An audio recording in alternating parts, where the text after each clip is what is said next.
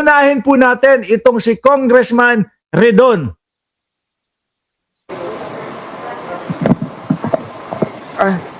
After po.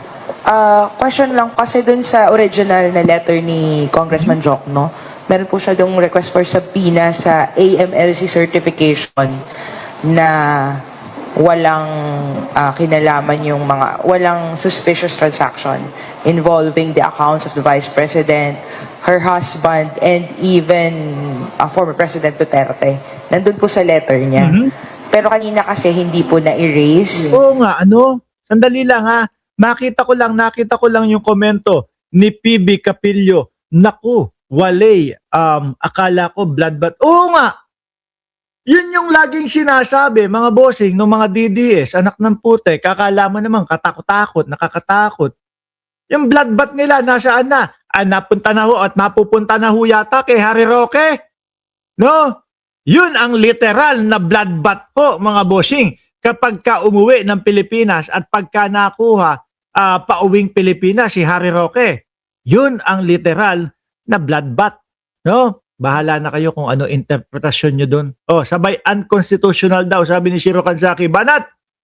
And it was, hindi rin po na, wala rin pong nag-motion to subpoena the bank records of the Vice President. So, does this mean na hindi na yun on the table, hindi na pwedeng mag-motion about that, or pwede pa rin yun i-put forward, pwede pa rin mag-move yung kahit sinong member ng Justice Committee for subpoena of the bank records of the Vice President?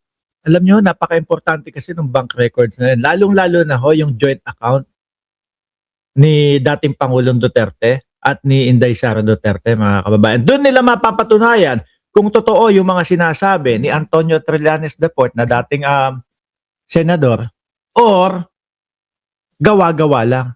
Alam nyo kung yan dati pa nila binuksan at dati pa nila ipinakita kunyang live, no?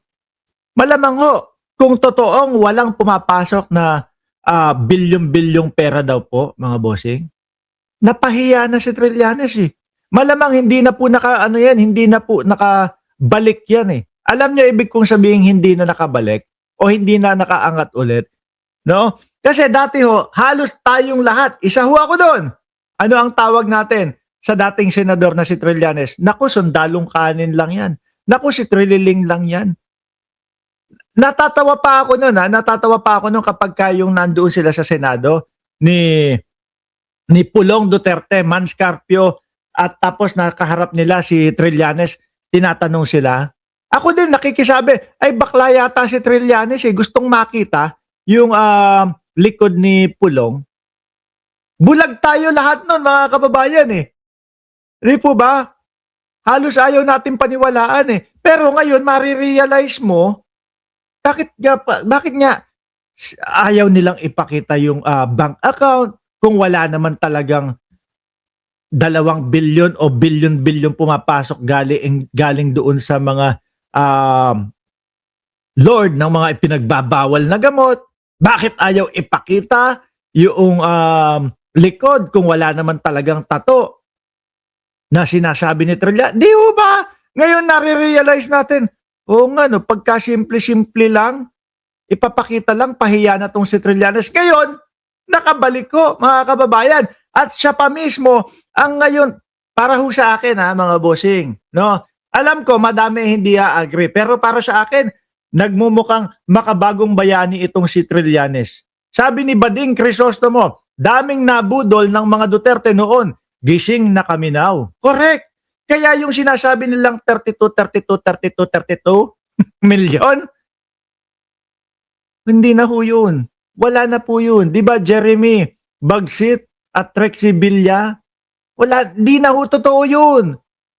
Kayo-kayo na lang yung nandyan, natira.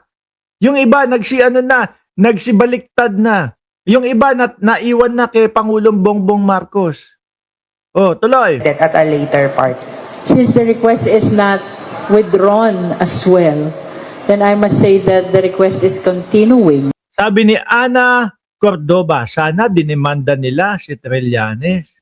Alam niyo po, hindi nila maituloy yan Puro yabang lang po sila Panelo dyan eh. Di ba? Bakit po? Pagka tinuloy nila, yung demanda na yan, sasabihin lang sa kanila ng judge, sasabihin lang sa kanila ng hukom, oh, idinemanda nyo ng libel si Trillanes. Ibig sabihin, paninirang puri, sinisiraan kayo. Di ba? Ngayon, simple lang, ganito lang. Buksan na natin yung bank account, no? Para matapos na ito. Pagka nakita natin yung sinasabi ni Trillanes na pumapasok na pera doon sa mga lord ng mga ipinagbabawal na gamot, ibig sabihin, totoo sinasabi niya.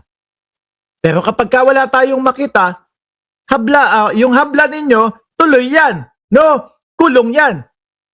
Di po ba? Pero hindi nila magawa. Kasi ang tagal na nga pong ipinaglalaban ng dating Pangulo na si Duterte na wag mabuksan yon. Mabubuking daw, sabi ni Kunyang Life, kapag idinimanda si Trillanes. Simple, di ba? Kaya wala, hindi itinuloy. Na dun, si Panelo nagla-live doon sa kanyang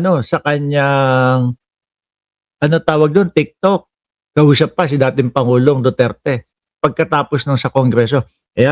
Presidente, idedemanda ba natin si Trillanes? Sabi ng dating presidente, hinihintay ko, wala naman. Di ba? O, tuloy. It will depend on the succeeding hearings if any of the justice members will be formalizing the motion for issuance of subpoena to AMLA. For today, nobody raised that motion.